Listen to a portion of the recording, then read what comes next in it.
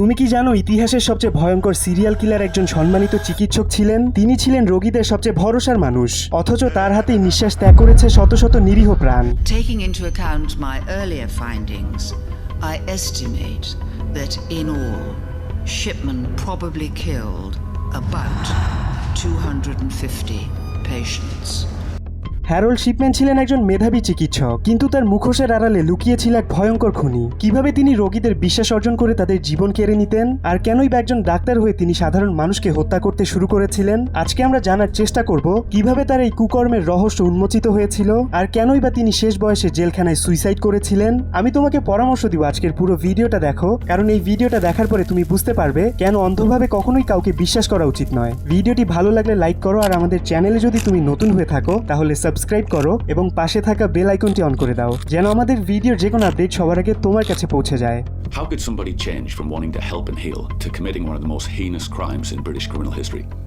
All psychopaths are manipulative. It is one of the key defining traits of a psychopath. He was a doctor, he had a good reputation. Police exhumed the women's bodies from their graves in Hyde Cemetery last month for post-mortem examinations by a Home Office pathologist. What went on in Shipman's surgery was uniquely evil.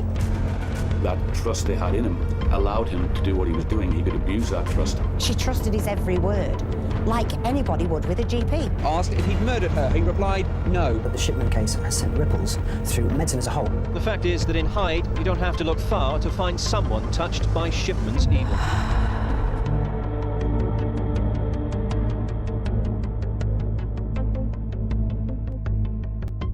আজকে আমরা যাকে নিয়ে আলোচনা করছি তিনি ছিলেন ইংল্যান্ডের একজন নামকরা চিকিৎসক, যার কাজ এবং খ্যাতি তার সময় ব্যাপকভাবে পরিচিত ছিল। তবে শিপম্যানের ভয়ঙ্কর কর্মকাণ্ড নিয়ে কথা বলার আগে আমি তোমাদেরকে তার খ্যাতি এবং প্রতিষ্ঠার কিছু কথা বলতে চাই, যাতে তোমরা বুঝতে পারো তিনি কতটা বিখ্যাত ছিলেন এবং ইংল্যান্ড জুড়ে তার কাজের প্রভাব কেমন ছিল।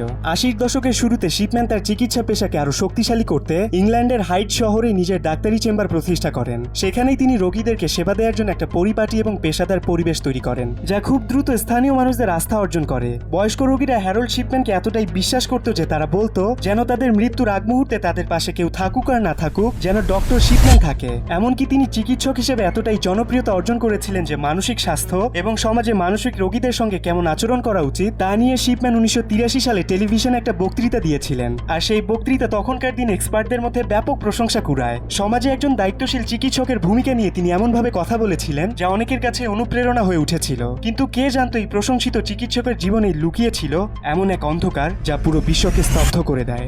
তোমরা হয়তো কল্পনাও করতে পারবে না তিনি তার কেরিয়ারে কত ভয়ঙ্কর একজন ডাক্তার ছিলেন।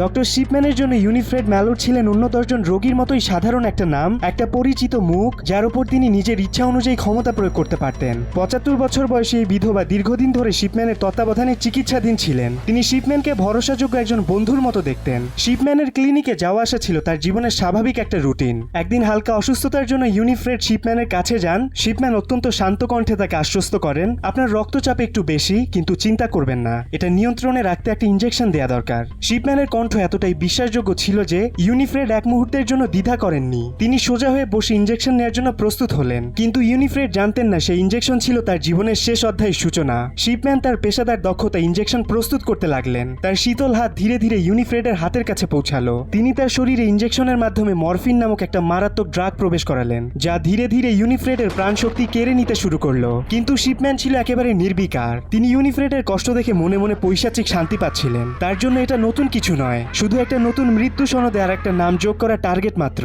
তুমি জানলে অবাক হতে পারো এতগুলো হত্যাকাণ্ডের পরও শিপম্যান হয়তো কখনোই ধরা পড়তেন না। কিন্তু তুমি নিশ্চয়ই শুনেছ পাপ কখনো বাপকেও ছাড়ে না, খারাপ কাজে শাস্তি পেতেই হবে, এটাই প্রকৃতির নিয়ম। এবার খুবই মনোযোগ দিয়ে শোনো, কারণ এই ঘটনাটি থেকে তুমি বুঝতে পারবে মানুষ কিভাবে নিজের দোষ লুকানোর চেষ্টা করতে গিয়ে আরো বড় বিপদ ডেকে আনে। 1983 সালে ডক্টর হ্যারল্ড শিপম্যানের ক্লিনিক দারুণভাবে চলছিল। তার ক্লিনিকের ঠিক পাশেই ছিল একটা ক্রিমিশন হাউস। সাধারণভাবে বলতে গেলে ক্রিমিশন হাউস হলো এমন একটা জায়গা যেখানে মৃতদেহ পুড়িয়ে ফেলা হয়। ইংল্যান্ডে অনেকেই মৃত্যুর পর দাফনের পরিবর্তে এই পদ্ধতি অনুসরণ করে। এরকম একটা ক্রিমিশন হাউসের প্রধান লিন্ডা রেনল্ড দীর্ঘদিন থেকে লক্ষ্য করলেন এখানে যাদেরকে পোড়ানোর জন্য পাঠানো হতো তাদের বেশিরভাগই ছিল বয়স্ক এবং অসুস্থ ব্যক্তি। সেখানে আরেকটা কমন বিষয় হতো, তারা সবাই বেঁচে থাকা অবস্থায় শিপম্যানের রোগী ছিল।